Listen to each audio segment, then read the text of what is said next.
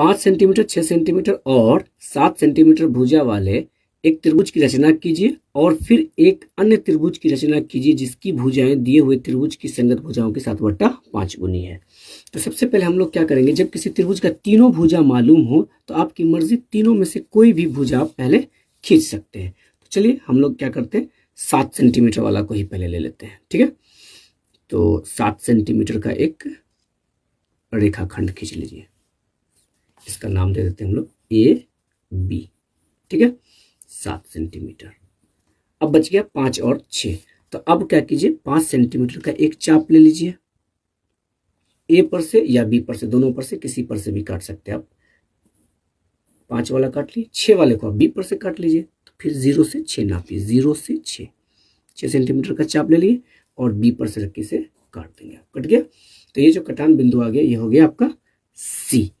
ठीक, अब क्या करेंगे आप, इस बिंदु को इस बिंदु से मिलाकर एक रेखा खींच देंगे और इससे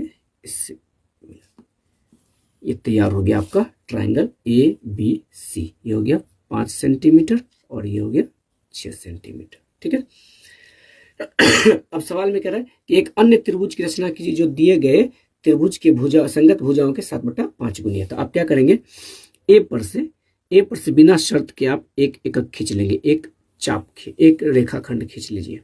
खींच लिए। अब क्या करेंगे, हम अर्क लेंगे, चाप लेंगे जो दोनों में बड़ा हो। 7 और 5 में 7 बड़ा है तो 7 बार आप काटेंगे इसे। कितनी बार काटेंगे, 7 बार, जो दोनों में बड़ा होगा। 1 2 3 4 5 6 7।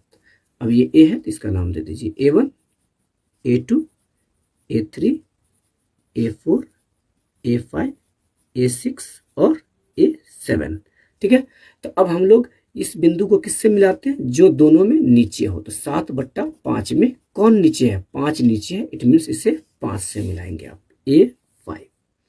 ठीक है, अब जितना बड़ा एंगल ये A5 पे बन रहा है उतना ही बड़ा एंगल हम लोग A7 पे बना देंगे। तो सबसे पहले अब थोड़ा सा इसे क्या कीजिए, अर्क को छोटा कर लीजिए ताकि ये ओवरलैप ना हो। ठीक है, थोड़ा छोटा कर लिए। अब एक चाप ले लिए एंगल 5 पर, उतना ही बड़ा चाप ले लेंगे हम 7 पे। अगर 6 रहता तो 6 पे लेते, 2 रहता तो 2 पे लेते, ले लिए। अब क्या करेंगे, इस अर्क को, इस चाप को नापेंगे। ठीक है, अगर सेम है तो कोई बात नहीं, अगर बड़ा छोटा अगर है तो बड़ा या छोटा करने की जरूरत है तो करेंगे, लेकिन चाप की लंबाई सेम लेंगे। सेम है उतना ही बड़ा आप इस चाप पर लाकर काट दीजिए। कट गया।